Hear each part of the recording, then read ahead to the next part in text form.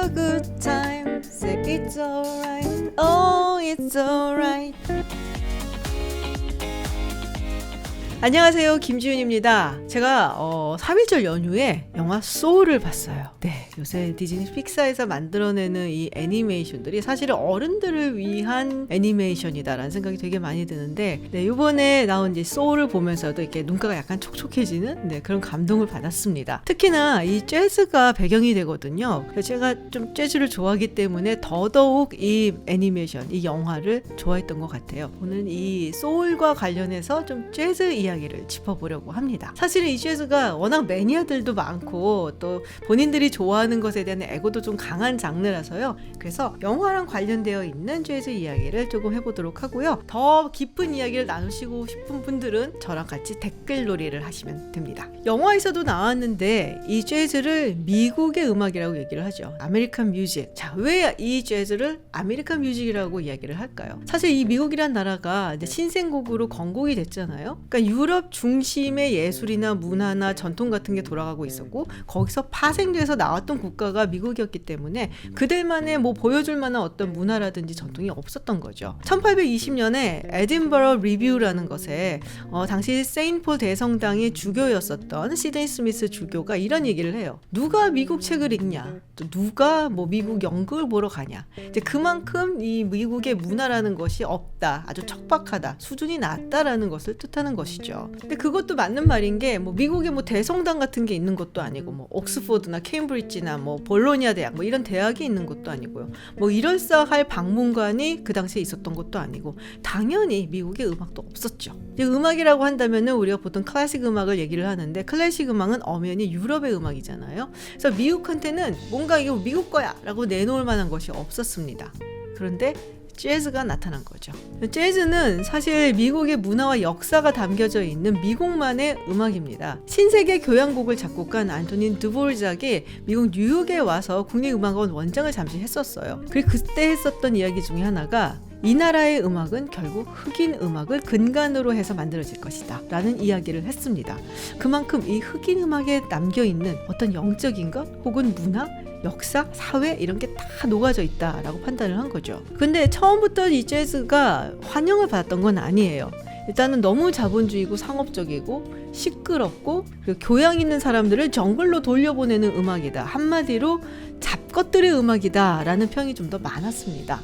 그러다가 1차 세계대전이 끝나면서 이 재즈에 대한 평가가 달라지게 되죠. 스콧 피츠제럴드가 이 1920년대를 재즈 에이지라고 불렀잖아요. 그때 이제 재즈가 굉장히 융성하게 되는데요. 첫 번째로는 이 재즈라는 것이 전통이라든지 혹은 뭐 보수적인 권위라든지 이런 거에 어떤 저항하는 음악처럼 들렸다. 그래서 젊은이들이 굉장히 즐겼다라는 게 있고요. 또 이 재즈가 흑인이건 백인이건 뭐 어떤 색깔의 피부를 가지고 있던 간에 모든 미국인들이 함께 즐길 수 있는 음악이라는 점이죠.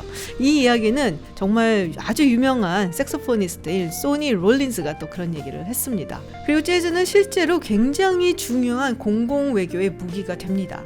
1950년대 아이젠하워 행정부에서, 당시 냉전 시대였잖아요. 이 미국의 자본주의의 우월성을 알릴 수 있는 무언가를 우리가 자꾸 프로파간다로 만들어내야 된다라는 이야기를 합니다. 그래서 이런 프로파간다 전쟁이 굉장히 심했는데, 문화 전쟁에서 굉장히 중요한 역할을 했었던 게 바로 이 재즈입니다. 당시에 유명했던 이 재즈 뮤지션들을 해외 투어를 보내요. 그래서 여러분들 잘 아시는 뭐 디지 글래스비라든지 뭐 데이브 브로백이라든지 루이 암스트롱, 뭐 베니 굿맨 이런 사람들이 전부 다 뭐 해외로 가서 뭐 유럽, 아시아, 뭐 심지어 파키스탄 뭐 이런 데 가서도 공연을 합니다. 그러면서 그 음악을 듣고 사람들이 단순히 이 재즈라는 음악이 좋다 뿐이 아니라, 미국이 이런 거구나 라는 생각을 하면서 미국에 대해서 호의적인 감정을 가지게 했던 거죠. 자, 이 영화의 배경이 뉴욕이에요. 재즈하면 뉴욕이고 뉴욕이면 재즈다. 사실 여기에는 이견을 다는 사람들이 거의 없을 거예요. 그럼 언제부터 이렇게 되는가? 제가 예전에 찍은 영상에서 마 레이니 그녀가 블루스에서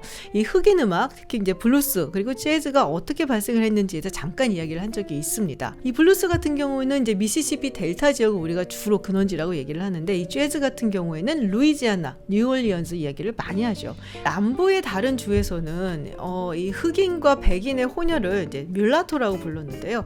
이 루이지아나 뉴올리언스 지역에서는 크리올이라고 불렀습니다. 그리고 이 크리올들한테는 나름의 어떤 교육을 좀 시켜줬어요. 그래서 음악 교육도 좀 시켜주고 뭐 정말 뛰어나다 싶으면은 유럽으로 보내주기도 하고 그러면서 악기도 사실 배우게 된 거죠. 이 피아노를 연주하는 아주 빠른 음악을 이제 렉타임이라고 하는데 이 렉타임은 여러분들도 들어보신 음악이 굉장히 많아요. 영화 스팅에 나오는 엔터테이너라든지 뭐 따라라란따다 뭐 이런 거 있잖아요. 이런 렉타임의 브라스 밴드의 화음 그리고 보컬 이런 것들이 다 더해지면서 이게 좀 더 풍부한 재즈 음악으로 발전하게 되는 것이죠. 근데 이게 이제 뉴올리언스는 지금은 사실은 이제 관광지로만 보이는 곳이고 사실 현재는 정말로 재즈 뮤지션 아주 시리어스한 재즈 뮤지션이라면은 뉴올리언스가 아니라 뉴욕에 가 있죠. 근데 원래는 처음에는 시카고에 가 있었어요. 왜 그러냐? 20세기 초반에 흑인들이 대거 이동을 하는 남부에서 북부 혹은 동부로 가는 The Great Migration 대이동이 있었습니다. 일단 남부에서 인종차별이 너무 심해서 살 수가 없었고 그리고 1차 세계대전을 거치면서 굉장히 많은 일거리들이 이 북부라든지 또 중부 쪽에 산업지대를 중심으로 생겨나기 시작을 했어요. 그래서 이 사람들이 자신들의 문화, 음악, 뭐 재즈, 블루스 이런 것들을 다 가지고 함께 간 겁니다. 근데 이 사람들이 떠날 때 우리가 어디 가서 살 거다라고 정착지를 정하는 아주 중요한 기준이 있었어요. 바로 철도의 종착지가 어디냐라는 거죠. 당시에 움직일 때 다들 기차를 타고 움직였거든요.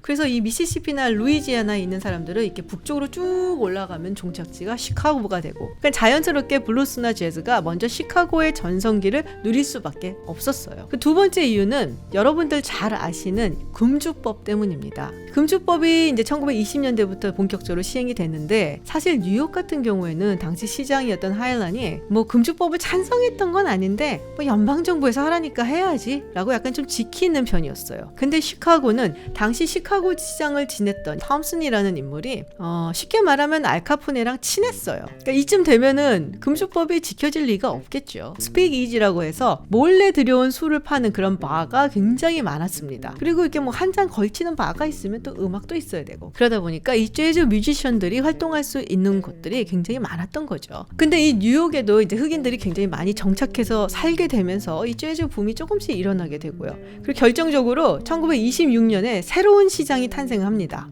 지미 워커. 근데 이분이 음주법을 굉장히 반대를 하고 본인도 이렇게 노는 걸 좋아했어요. 그래서 정말로 별명이 나이트클럽 메이어라고 했답니다. 그러니까 이른바 이제 클럽 좋아하는 시장님인 거죠.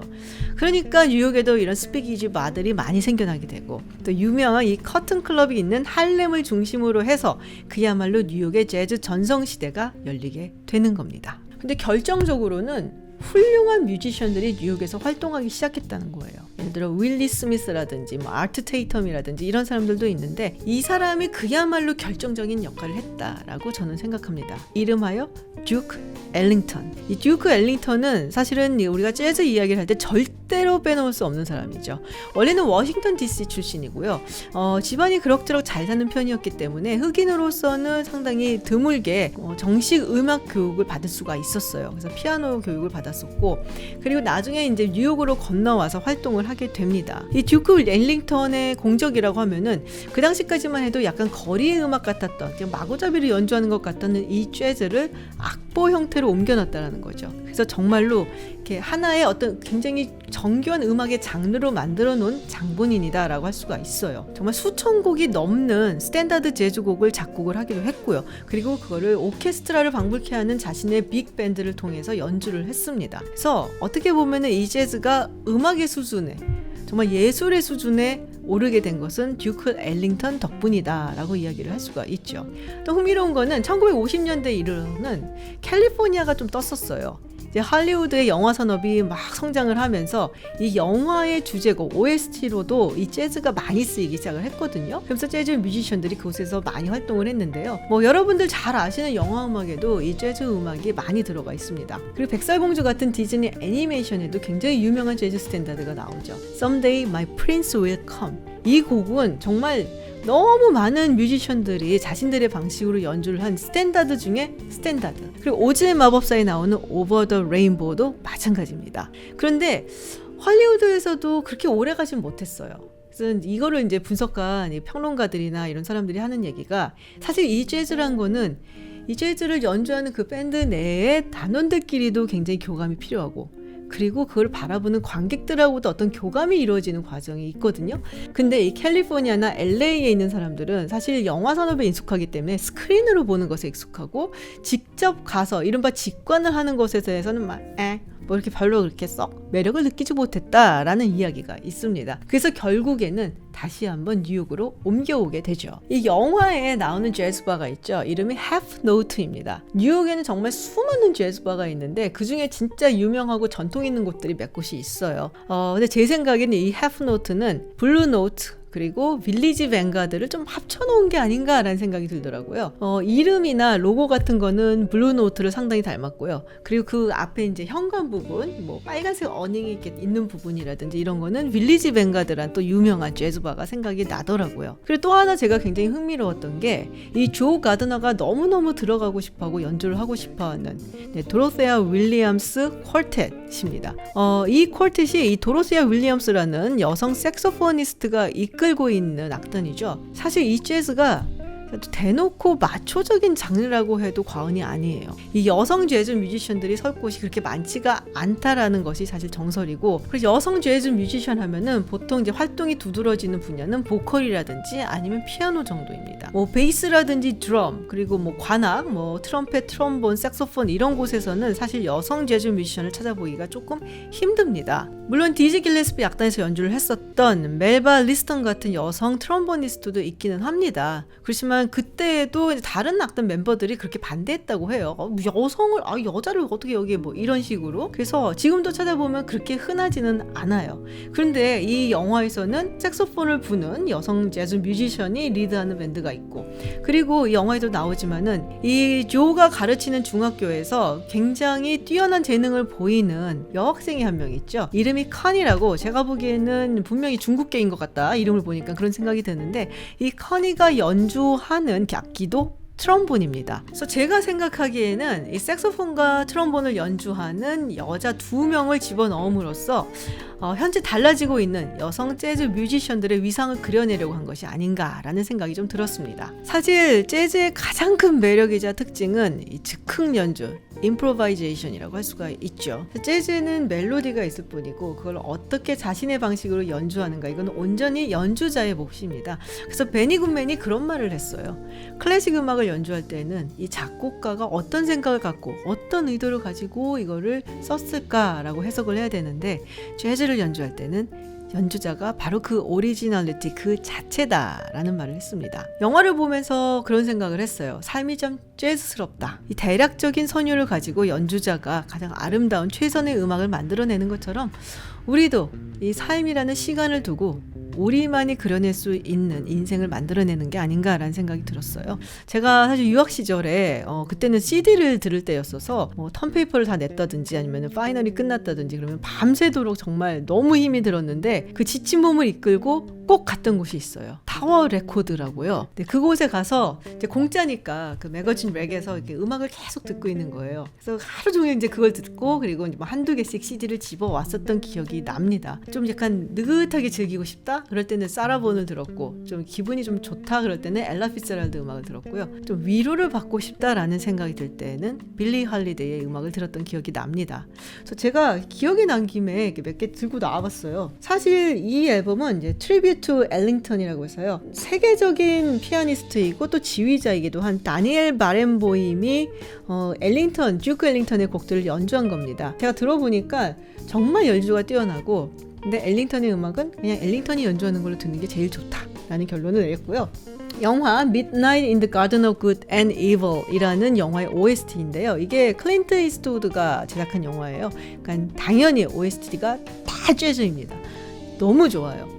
그래서 제가 뭐 영화 OST 중에 뭐 재즈로 뭐 또 추천한 게 있어? 이러면은 항상 추천하는 CD가 이거고요. 그리고 마지막으로 제가 미국에서 특히 캘리포니아에서 진짜 많이 들었던 앨범이고 이거 사실 명반이라고 잘 알려져 있어요. 커티스 풀러의 앨범인데 이 중에서도 Love Your Spell Is Everywhere라는 곡을 정말 많이 들었습니다. 네, 오늘 소울을 보고 이제 재즈 생각이 나서 조금 재즈 이야기를 해봤어요. 그래서 빨리 지금 드는 생각은 집에 가서 레드 와인 한 잔과 함께 Love Your Spell Is Everywhere를 들어야겠다 라는 생각이 듭니다.